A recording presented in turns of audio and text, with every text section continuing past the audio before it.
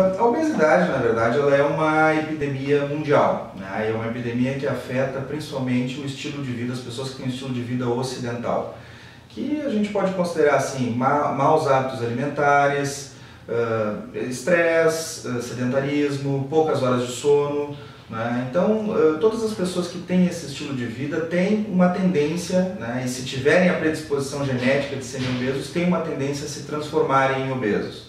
Sempre que a pessoa chega no consultório, ela tem que fazer uma avaliação médica, né?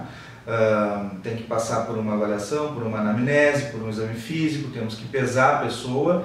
E hoje em dia ainda se usa como base para diagnóstico de obesidade e indicação de tratamento cirúrgico o índice de massa corporal. O índice de massa corporal é uma relação que a gente faz do peso com a altura e a gente obtém um número, né? E se esse número então for entre 19 e 25, é considerado o peso que seria o ideal para a maioria da população. E a cada 5 unidades vai se acrescentando então uma classificação. De 25 a 30 sobrepeso, de 30 a 35 obesidade grau 1, de 35 a 40 obesidade grau 2, obesidade moderada, acima de 40 obesidade grave e assim sucessivamente. Hoje em dia a gente tem como determinação, e isso é uma classificação que a gente usa desde os anos 90, baseada na classificação do NIH, que é uma associação americana, que pacientes que têm índice de massa corporal entre 35 e 40 e tenham alguma doença associada à obesidade, tem indicação de cirurgia. E qualquer pessoa acima de 40 também tem indicação de cirurgia. Então, após essa avaliação, nós chegamos num critério técnico, né? A pessoa tem uma indicação técnica, ou seja, ela tem um índice entre 35 e 40 com doença ou acima de 40 com ou sem doença para fazer a cirurgia. Se a pessoa vai fazer a cirurgia, aí depende de uma série de outros fatores. Primeiro, o desejo do paciente em se submeter ao processo e a concordância do paciente em se fidelizar à equipe, em se fidelizar a esse processo, o que é muito importante, tá? Então, temos toda uma equipe de pré-operatório, constituída de nutricionistas, de psicólogo, de médico clínico, cardiologista, o próprio cirurgião. E então tem que ser feito endocrinologista, que também ajuda na indicação da cirurgia.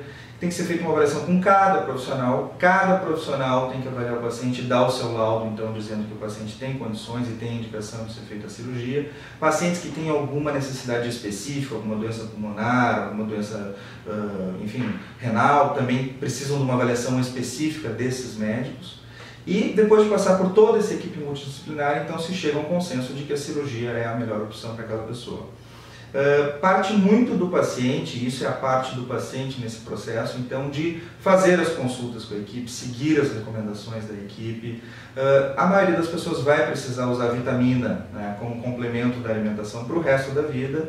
E o pós-operatório é tão ou mais importante, ou seja, a pessoa tem que seguir consultando com a equipe, porque todas as técnicas elas têm riscos e elas têm benefícios, elas têm prós e elas têm contras, né? Então assim, como se faz uma técnica cirúrgica para a pessoa perder peso com saúde, ao mesmo tempo a pessoa tem que seguir indo nas consultas para a gente seguir fazendo exames laboratoriais, dosando as vitaminas, vendo como está, enfim, as dosagens de glicemia, de colesterol, para fazer o devido acompanhamento, já que essa cirurgia ela é, hoje, nas pessoas que têm indicação de cirurgia da obesidade, é o melhor tratamento para a obesidade, mas é também um tratamento extremo, né? Então a gente deve ter um acompanhamento pós-operatório bem adequado. Em equipes que fazem isso de rotina, que a gente considera assim equipes de excelência, se fala muito isso hoje em equipes de excelência, ou seja, equipes que são montadas, que são dedicadas a esse assunto, que operam muito isso e que têm todos os processos e etapas rotinizadas, a cirurgia da obesidade hoje é considerada uma cirurgia segura. Nós temos aí alguns estudos, principalmente americanos, que mostram que, em termos populacionais, equipes de excelência realizam essa cirurgia com uma morbidade, uma mortalidade menor do que outras cirurgias que são consideradas menores do que a cirurgia da obesidade. A exemplo, a cirurgia da vesícula, cirurgia para apendicite. A cirurgia da obesidade consegue obter índices de morbidade e mortalidade menores do que essas cirurgias na população em geral. Ser feita, como eu falei, dentro de todos os processos de segurança, ser feita por uma equipe de excelência.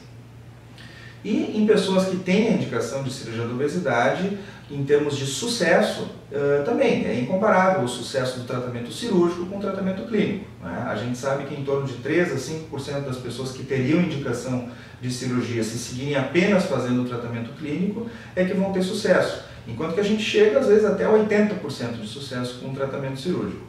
É importante, eu acho, frisar que não temos 100% de sucesso, porque nós estamos lidando contra dois inimigos, né, contra dois fatores muito importantes, que são a predisposição genética da pessoa e a própria vida que ela leva. Esses são os dois grandes pilares que sustentam a obesidade hoje no mundo. Então, sem a participação do paciente, sem a fidelização do paciente, sem o paciente seguir as nossas orientações, principalmente no pós-operatório, a gente não consegue 100% de sucesso, né? A parte do paciente é muito importante. A gente observa, assim, com a prática clínica, que logo após a cirurgia existe um período de lua de mel, né, que a gente chama, ou seja, um ano e meio depois da cirurgia, tudo acontece naturalmente. A pessoa segue a sua vida, vai emagrecendo, vai fazendo suas consultas e quase que sem esforço ela vai perdendo peso e vai chegando perto do peso desejado. A partir desse tempo, um ano e meio, as coisas começam a ficar um pouco diferentes. A pessoa sente que consegue comer um pouquinho mais, sente um pouquinho mais de fome, cabe um pouquinho mais de comida, e aí é que fica muito importante o acompanhamento pós-operatório e seguir os princípios que desde lá do pré-operatório foram ensinados, né? Dieta saudável, ir nas consultas, fazer a reposição vitamínica adequada, iniciar, ou se não ainda não iniciou, uma atividade física regular orientada, né? Primeiro com um objetivo aeróbico, depois com um objetivo isométrico, para a gente conseguir manter, através de um estilo de vida saudável, conseguir manter e às vezes até melhorar o próprio resultado da cirurgia. Então, sem o esforço do paciente, sem a participação do paciente, principalmente nessa fase, a gente normalmente não consegue obter o resultado desejado. De outra forma, pessoas que, né, se dedicam, assim como a equipe, né, está se dedicam à sua própria saúde e ao seu tratamento, a grande maioria das vezes o sucesso é atingido.